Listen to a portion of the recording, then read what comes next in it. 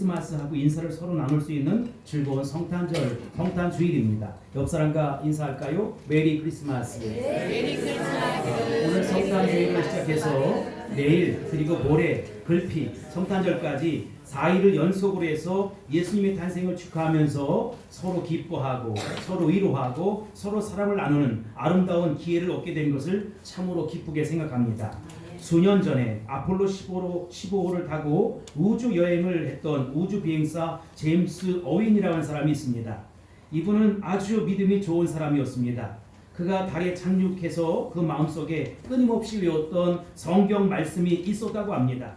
온 우주를 새로운 눈으로 바라보면서 시편 19편을 외웠다고 하는데 1절로 4절 말씀 우리 다 같이 합독해 보겠습니다. 시작. 하늘이 하나님의 영광을 선포하고 궁창이 그의 손으로 하신 일을 나타내는도다. 날은 날에게 말하고 밤은 밤에게 지식을 전하니 언어도 없고 말씀도 없으며 들리는 소리도 없으나 그의 소리가 온 땅에 통하고 그의 말씀이 세상 끝까지 이르도다. 하나님이 해를 위하여 하늘에 장막을 베푸셨도다. 아멘. 제임스 어윈은 이 말씀을 외우면서 하늘을 보고 멀리 보이는 지구를 바라보면서 그 주변에 있는 별들을 보았다고 합니다. 상상만 해도 황홀할 것 같지 않습니까? 그 우주 속에서 새롭게 창조자 하나님을 생각한다는 것은 정말 굉장한 일이 아니겠어요? 그가 임무를 마치고 돌아올 때의 모습이었습니다. 창문을 내다보니까 아주 자그마한 공 같은 별이 하나 있었다는 것이지요. 그 다음 몸에 보면 그게 뭐냐? 바로 지구라는 것입니다. 축구공만한 눈앞에 보이는 이 야경으로 우주에서 본 야경인데 여러분 정말로 환상적으로 아름답게 보였다는 거예요. 그것을 보는 순간 어인의 마음속에는 요한복음 3장 16절이 특별히 생각나서 그 말씀을 외우면서 은혜를 받았다고 합니다. 시작. 하나님이 세상을 이처럼 사랑하사 독생자를 주셨으니 이는 그를 믿는 자마다 멸망치 않고 영생을 얻게 하려 하심이냐. 아멘. 하나님이 세상을 이처럼 사랑하셨어요. 그래서 독생자 예수 그리스도를 허락해 주셨다는 것입니다. 어느 성경에 보니까 세상이란 말을 코스모스라고 되어 있어요. 코스모스란 말은 여러분 우리가 보는 꽃도 이야기하지만 우주 전체를 이야기하는 것이지요. 하나님이 세상을 이처럼 사랑하사 독생자 예수 그리스도를 이 땅에 보내주셨다는 것입니다. 아멘. 그런데 누구든지 그를 믿는 자마다 멸망하지 않고 영생을 얻게 하신다는 것입니다. 아멘. 하나님이시여 저 축구공만한 지구를 하나님께서 무엇 때문에 그렇게 특별히 관심을 가지신 것입니까? 이 우주 안에는 수억만 개의 별들이 있는데 그 별들 가운데 가장 작은 것 중에 하나라고 할 수 있는 저 지구 그리고 저 속에 우글거리고 살고 있는 인간들을 하나님이 특별히 기억하시고 사랑하셔서 자신이 사람이 되어 저 지구 속으로 들어오시다니 그래서 우리를 구원하려고 하시다니 저 지구가 어찌 그렇게 하나님의 눈에는 영광스럽고 위대하고 아름답게 보인 것입니까? 크게 보인 것입니까? 이런 생각을 하고 있으니 지구 안에서 생각했던 성경 말씀하고는 전혀 차원이 다른 감동이 밀려왔다는 것입니다. 오늘은 주님이 세상에 태어나신 성탄을 기념하고 하나님께 경배하는 성탄 주일입니다. 예수님이 탄생하셨다는 것은 엄밀히 말해서 하나님 자신이 사람의 모습으로 사람의 모양으로 이 땅에 오셨다는 것입니다. 그러니 하나님 탄생입니다. 예수님과 하나님은 원래 본체가 하나였기 때문에 하나님이십니다. 예수님이 세상에 오셨기에 태어나셨다는 말로 표현한 것일 뿐 사실은 하나님 자신이 이 세상에 사람의 몸을 입고 이 땅에 오신 것입니다. 여러분 이 불가사의한 그 사건을 우리가 말로 다 어떻게 설명할 수 있고 어떤 지식을 충동할지라도 어떤 연구를 할지라도 그건 불가사의한 일이고 불가능한 일이라는 것입니다. 저는 문학적인 재능이 탁월하다고 소문난 사람들의 글 그리고 영성이 뛰어나다고 하는 영적인 지도자들의 글 속에서 예수님의 탄생에 묘사한 부분들을 많이 읽어봤어요. 그러나 모두 그렇고 그렇습니다. 시원찮단 말입니다. 왜냐하면 너무나 신비한 사건이기 때문에 말로 다 표현할 수 없는 것입니다. 만족한 어떤 글도 찾아볼 수가 없는 것입니다. 그 가운데 저명한 기독교 작가였던 필립 얀시라고 하는 분이 이제 쓴 글을 보니까 그런대로 내 마음속에 와닿는 부분이 있었어요. 그래서 제가 여러분에게 한번 소개해 드리고자 합니다. 창조자가 지구상의 피조물 가운데 한 부분이 되었다는 이 사실이 어떻게 이해될 수 있습니까? 어디에도 견줄 수 없고 전혀 생소하고 유일무이한 사건이었습니다. 춥고 어두운 어느 날 밤, 베들레헴 굴곡진 언덕 위에서 영계와 물질계가 극적으로 교차하였습니다. 처음도 없고 나중도 없으신 하나님께서 시간과 공간 안으로 들어오신 것입니다. 우주를 가득 채우고 계신 하나님께서 시글뜨기 아이가 되셨습니다. 다른 평범한 아이들과 똑같이 걷는 법과 말하기와 혼자 옷 입는 것을 배우셨습니다. 이것은 하나님이 사람의 몸을 입음으로 의도적으로 완전하지 못한 결함 속으로, 약점 속으로 들어온 것을 의미합니다. 그의 전지하심은 당시 통용어였던 아람어 발음 하나하나를 배워야 하는 한정된 두뇌로 바뀌었고, 온 우주에 충만하신 그의 편재하심은 두 발로 걷고 때로는 나귀를 타야 하는 모습으로 바뀌었습니다. 그의 전능하심은 나무를 켤 정도의 힘이 있었지만 자기를 방어할 수 없는 나약한 상태로 변하셨습니다. 한눈으로 온 우주의 별들을 바라보시던 그분이 나사렛 좁은 오솔길과 유대 광야의 바위들과 예루살렘의 복잡한 거리를 쳐다보셨습니다. 물질을 만드신 그 하나님이 물질의 형태를 취하셨습니다. 화가가 자신이 그린 그림에 한점되듯 극작가가 자신이 쓴 연극의 대본의 한 등장인물이 되듯 말입니다. 그런대로 표현이 잘 되었다고 생각해요. 왜냐하면 제 마음속에 와닿았기 때문입니다. 하나님이 사람이 되셨다는 것, 그런 것이겠구나 하는 생각이 저절로 내 마음속에 들어왔고 내 마음속에 그림처럼 떠오르게 되었습니다. 이처럼 사람이 되어 세상에 오신 하나님은 자기가 태어날 장소로 유대 베들레헴을 꼽았다는 것이지요. 유대 베들레헴은 아주 구석진 곳인데 그 구석진 곳에 62개 마을이 있는 그 나사렛 동네에 마구간을 택하셨습니다. 오늘 읽은 본문 6절로 7절을 다시 보겠습니다. 시작. 거기 있을 그때에 배산할 날이 차서 첫 아들 낳아 강보에 싸서 그 위에 미었으니 이는 여간에 있을 곳이 없음이로라. 아멘. 여러분, 고족하라 유대 베들레헴 고향으로 돌아온 요셉과 마리아는 빈방 있습니까? 빈방 있습니까? 라고 하면서 이곳저곳을 찾아다녔어요. 빈방을 애타게 찾았지만 구할 길이 전혀 없었다는 것입니다. 아내가 배가 불렀고 언제 해산할지 모르는 불안함을 안고 요셉은 얼마나 빈방이 있습니까? 빈방이 있습니까? 하고 빈방을 원했겠습니까? 하지만 빈방은 없었다는 것이지요. 그래도 찬이슬을 막지 않기 위해서 찾아간 곳이 어디냐? 마구간이었다는 것입니다. 갑자기 산기가 느껴지면서 애를 낳아야 하는 긴박한 순간이 되었던 것이지요. 어떻게 하겠습니까? 짐승의 먹이를 담아주던 구유를 털어서 적당히 깨끗이 한 다음에 거기에다가 몸에 걸치고 온 헌천을 깔고 그 다음에 그 구유에다가 아기를 낳도록 했다는 것입니다. 그리고 요셉은 부랴부랴 옆집으로 달려가서 물을 끓여 양동이에 물을 담아가지고 아내를 수발했고 그 아이를 씻겼을 것입니다. 자, 이것이 하나님이 세상에 오셨을 때 태어났던 장면이었고 장소였다는 것입니다. 양들이 오락가락하면서 배설한 그 오물들이 풍기는 악취가 가득하고 전쟁에는 거미줄이 여기저기 매달려 있고 쥐들이 들락날락 거렸을 것이고 고약한 냄새가 나고 어두침침한 그 마구간을 하나님께서 자신이 출생할 장소로 선택했다는 것입니다. 저는 어려서 소를 키워봤기 때문에 마구간이 어떤 곳인지 대충 짐작을 합니다. 물론 우리나라의 소를 키우는 마구간과는 좀 다르겠지만 유대 나라의 양들을 키우는 마구간은 좀 다르겠지만 냄새는 더 고약했을 거예요. 거기에 엎드려서 무엇을 한다는 것은 상상할 수도 없고 거기에 눕는다는 것은 차라리 죽는 것이 나을 정도의 모습일 것입니다. 그만큼 더럽고 추악한 곳이라는 것이지요. 5만 가지 기생충들이 잡동산들이 쌓여있고 더러운 오물들이 기어다니는 그곳에 하나님 자신이 태어나셨다는 것입니다. 여러분, 이 사실을 우리가 어떻게 받아들여야 할까요? 얼마나 우리를 사랑하셨기에 그렇게 해서라도 이 세상에 태어나지 아니하면 안 된다고 생각하신 하나님 아버지께서 그 마음을 열어서 이 땅에 오셨다는 것입니다. 여러분, 그 하나님 아버지의 마음을 아십니까? 내가 무엇이기에 저 거룩하고 아름답고 영롱한 별들 가운데 거하시던 하나님이 마구간에서 태어나셔야 했단 말입니까? 오늘 우리는 주님의 그 마음에 담긴 사랑을 조금이라도 읽고 돌아갔으면 좋겠습니다. 아멘. 그 마음을 마음속에 담고 돌아갔으면 좋겠습니다. 아멘. 천사는 이렇게 하나님이신 예수 그리스도가 마국간에 태어나신 것을 일컬어서 온 백성에게 미칠 기쁨의 좋은 소식이다 라고 말씀하셨어요. 10절을 볼까요? 시작. 천사가 이르되 무서워하지 말라. 보라 내가 온 백성에게 미칠 큰 기쁨의 좋은 소식을 너희에게 전하노라.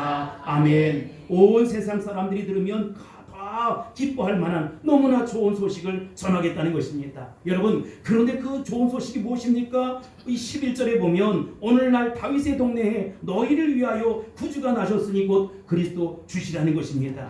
그들이 기다리던 구원자 메시아가 유대 베들레헴 가장 초라한 62개 마을 가운데 가장 초라한 마을에 태어나셨다는 것입니다. 하나님 원래 우리 사람을 만들 때 의도적인 목적이 있었어요. 아까 그림에 나왔었는데 자기와 사랑스러운 파트너가 되어 달라는 것입니다. 그래서 하나님과 적당히 동행하는 것이 아니에요. 말로만 교회 오고 입술만 예수 믿는 것이 아니라 신비한 연합을 이루어서 나와 동행하자는 것입니다. 아멘. 그래서 하나님을 사랑하고 이웃을 섬기고 하나님과 놀라운 교제 신비한 연합을 이루어 가자는 것입니다. 아멘. 이렇게 보아도 사랑스럽고 저렇게 보아도 사랑스러운 그 마음을 우리 갖자는 것입니다. 아멘. 그러나 우리가 아는 바와 같이 인간은 하나님의 의도를 목적을 쳐버리고 제 멋대로 마음대로 가버렸다는 것이지요. 하나님을 사랑합니까? 천만의 말씀입니다. 하나님을 섬기기를 원하십니까? 천만의 말씀입니다. 하나님과 교제한다는 것은 어떻습니까? 아니에요. 가장 싫어하는 것이 하나님과 교제하라는 것입니다. 가장 싫어하는 것이 하나님 앞에서 낮아지라는 것입니다. 멋대로 마음대로 제 갈 길을 갔다는 것입니다. 그 결과 인간은 일평생 근심하며 수고하며 살면서 나중에는 슬픔밖에 남지 않는 것이 험한 인생의 실존이라는 것입니다. 그리고 하나님 없이 하나님의 의도에서 벗어나서 내 멋대로 마음대로 산 죄값을 짊어지면서 영원한 저주를 받아 지옥의 형벌을 받을 수밖에 없었다는 것이지요. 이것이 우리 인간이고 죄인된 모습이라는 것입니다. 그러나 그럼에 불구하고 하나님은 우리를 계속해서 사랑하셨습니다. 여전히 사랑하셨습니다. 아멘. 날마다 문 밖에 나와 기다리면서 우리 인간들이 죄인들이 어서 돌아오기를 기다리신다는 것입니다. 아멘. 내가 믿는 하나님이 그 사랑의 하나님이십니다. 아멘. 그래서 그는 자신의 원래 의도대로 인간을 회복하시기로 마음에 작정을 하셨습니다. 어떻게 하면 저들이 나를 사랑할 수 있을까? 어떻게 하면 저것들이 나를 섬기는 것을 가장 인생의 기쁨으로 누릴 수 있을까? 어떻게 하면 저것들이 나하고 교제하는 것을 가장 행복한 생각으로 거룩한 사람 만들 수 있을까? 하나님이 그렇게 생각하시고 그 원래 의도대로 사람을 바꾸어서 거룩한 자로 만들기로 작정하셨습니다. 그러다 보니까 자기가 세상으로 해야겠다라고 결정을 하신 것이지요. 저 높은 곳에서 낮은 곳으로 이 땅에 오셨다는 것입니다. 하나님께서 드디어 결단을 하셨어요. 내가 가야지. 친히 내가 가야지. 그리고는 그 거룩한 보좌에서 벌떡 일어나셨습니다. 그 아름다운 어의를 벗어던지고 친히 유대 베들레헴 말구유로 내려오신 것입니다. 내려오셔도 누구나 다 가까이 접할 수 있는 종의 모습으로 이 땅에 오신 것이지요. 그리고 우리가 흘리는 눈물을 그도 흘려보기를 원했고 우리가 받는 고통을 그도 함께 나누기를 원했고 우리가 무서워하고 두려워하는 것을 하나님께서 친히 알기를 원하셨다는 것입니다. 그래서 그분이 이 땅에 오신 것입니다. 드디어 그가 나중에 우리의 죄값을 지불하시고 십자가에 못 박혀 죽으셨어요.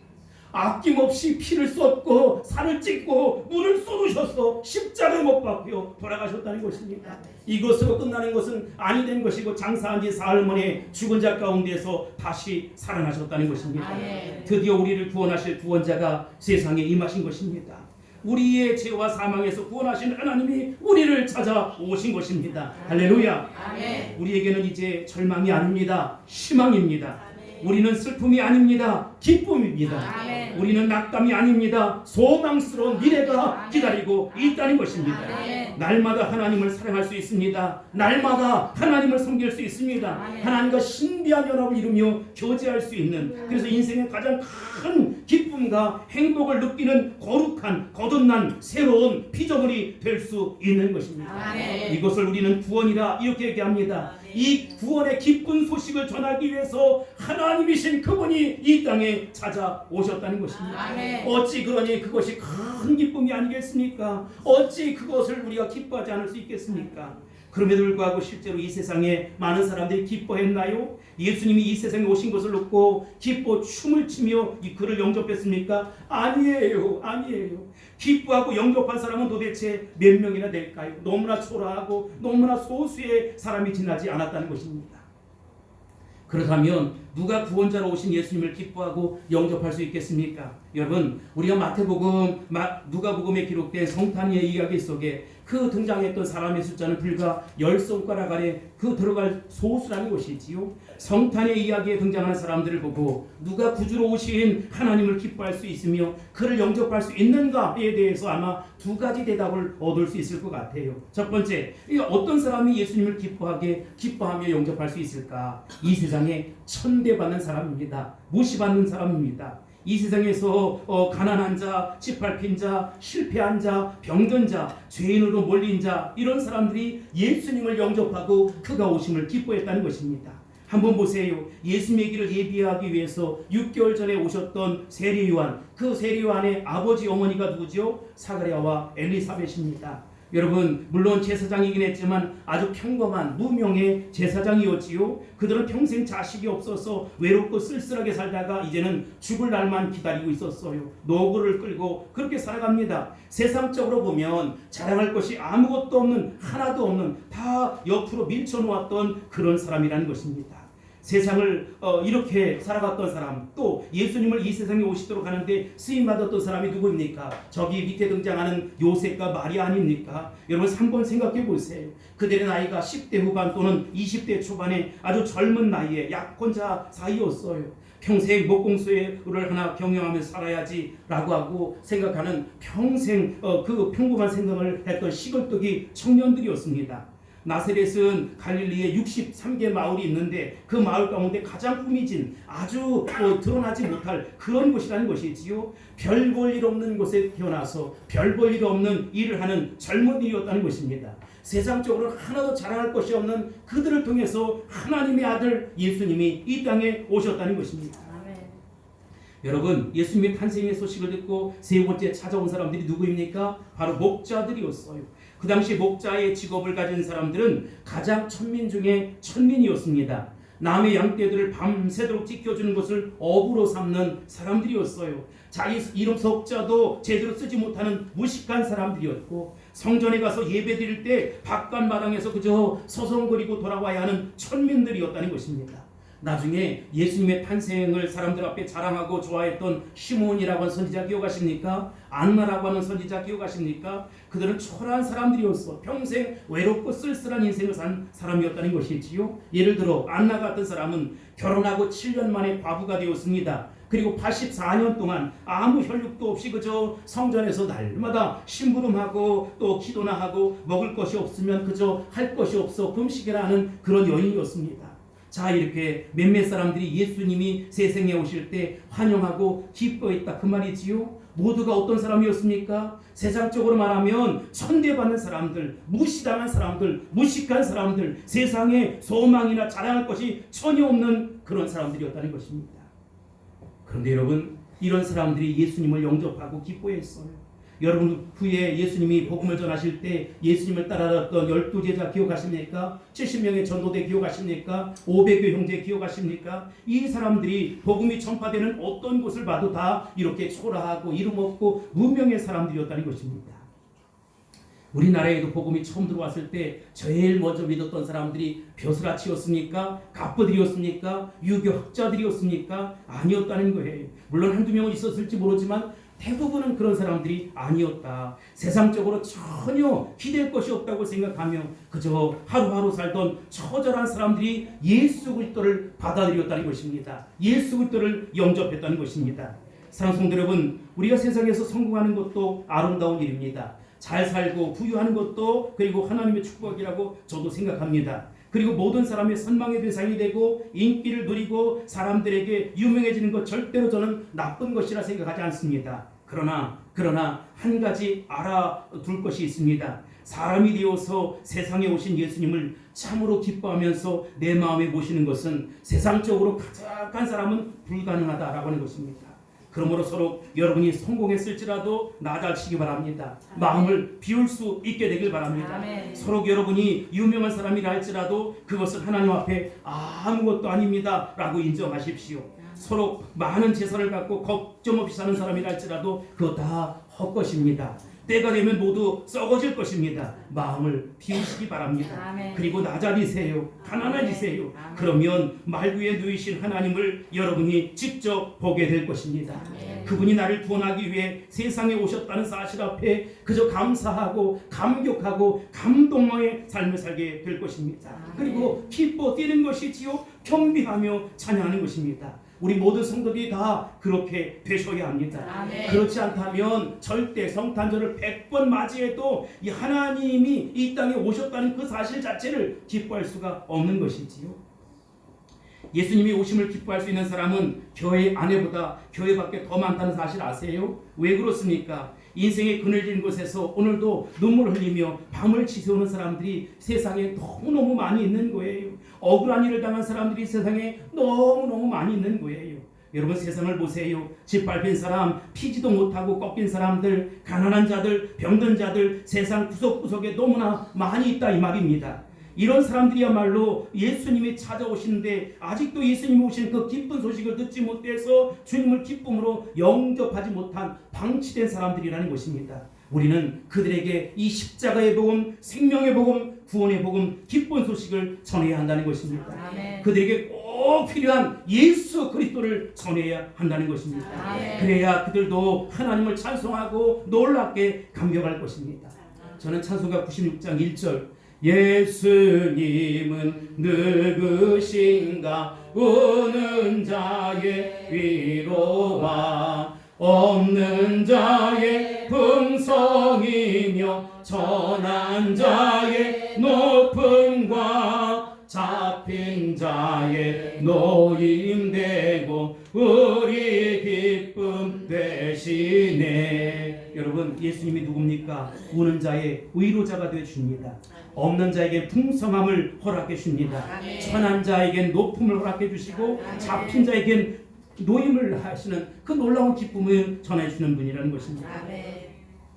저는 조국 교회에 문제가 있다고 생각해요. 특별히 강남뿐만 아니라 신도시 크게 성장한 교회들, 여러분 사람의 몸을 입고 말구에 변하신 예수님을 기다리고 있는 사람들이 접근하지 못해요.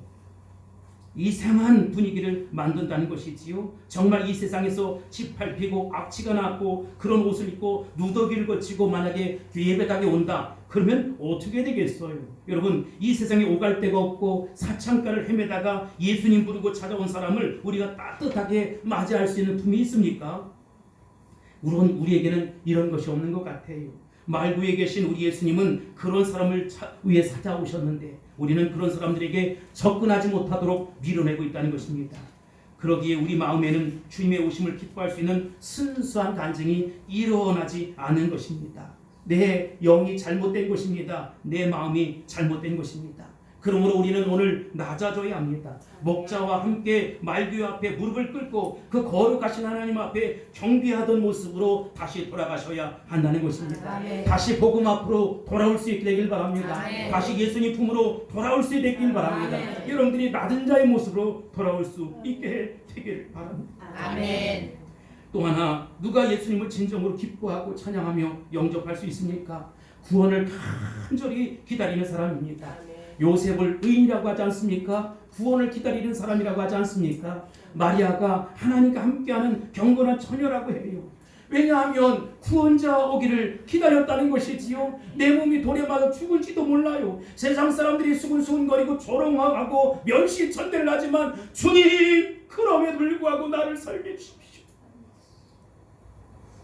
엘리사벳과 사가랴 모두가 평생 기도하고 산 사람들입니다. 무슨 기도입니까? 구원자가 오기를 기다렸다는 것입니다.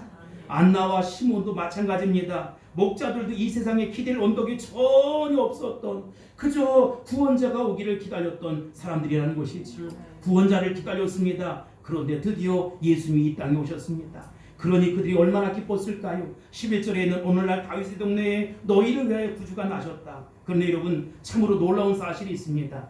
예수님이 당장 태어나셨다고 해서 세상에 변한 것이 하나도 없다. 그들은 여전히 가난했다. 여전히 목자였고 사람들로부터 멸시천대를 받았고 구미진 나사렛 동네에 살고 있었다. 그리고 예수님이 하나님의 복음을 전하기까지 30년을 기다려야 했다. 그동안 아무 일도 일어나지 않았다는 것입니다. 정말로 기가 막히고 코가 막힌 내용입니다.